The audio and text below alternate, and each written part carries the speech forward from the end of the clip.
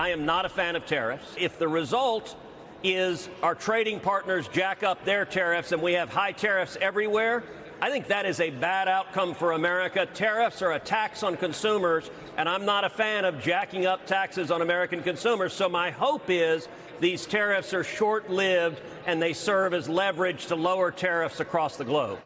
That is his hope. Republicans on the Hill are uncomfortable, as you can see, as Donald Trump's tariffs continue to anger our trade partners and send the markets into a tailspin. But are they uncomfortable enough to actually do anything to rein the president in? Joining us now, Democratic Senator Amy Klobuchar, who represents the state of Minnesota. She's also the ranking member of the Senate Committee on Agriculture. Good to have you. Thanks, Katie. I was thinking the same thing as I heard Ted Cruz's dramatic words.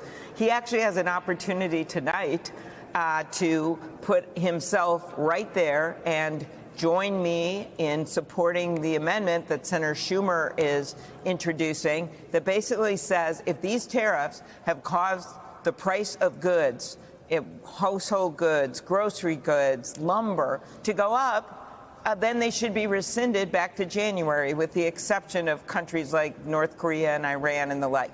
That is a really good way to basically put in this Republican budget, which has all kinds of problems, a provision that would allow these tariffs to be rescinded. So there's no place better than now to not just talk the talk, but actually stand up to this president who believes he's a king.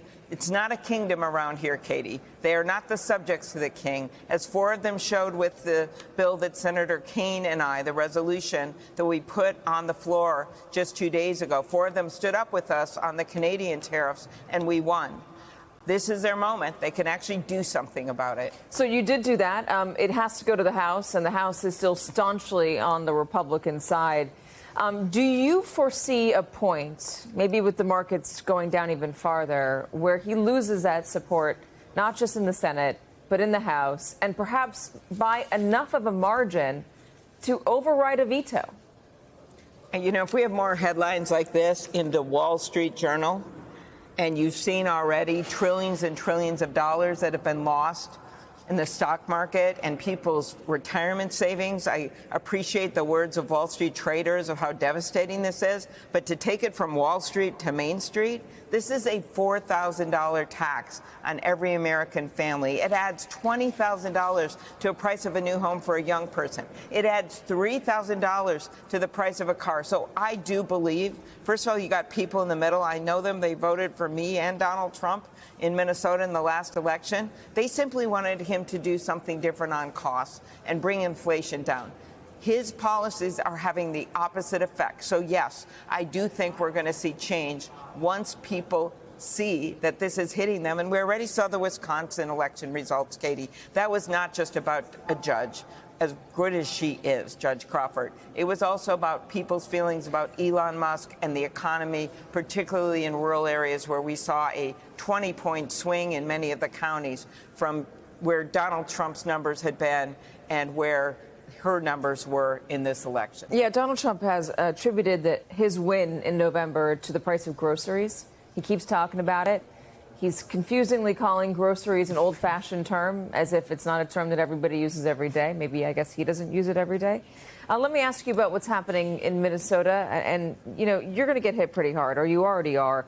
A lot of Fortune 500 companies are based in Minnesota. Target, Best Buy, General Mills. Best Buy gets about 55% of the products it sells from China and 20% from Mexico, according to an SEC filing.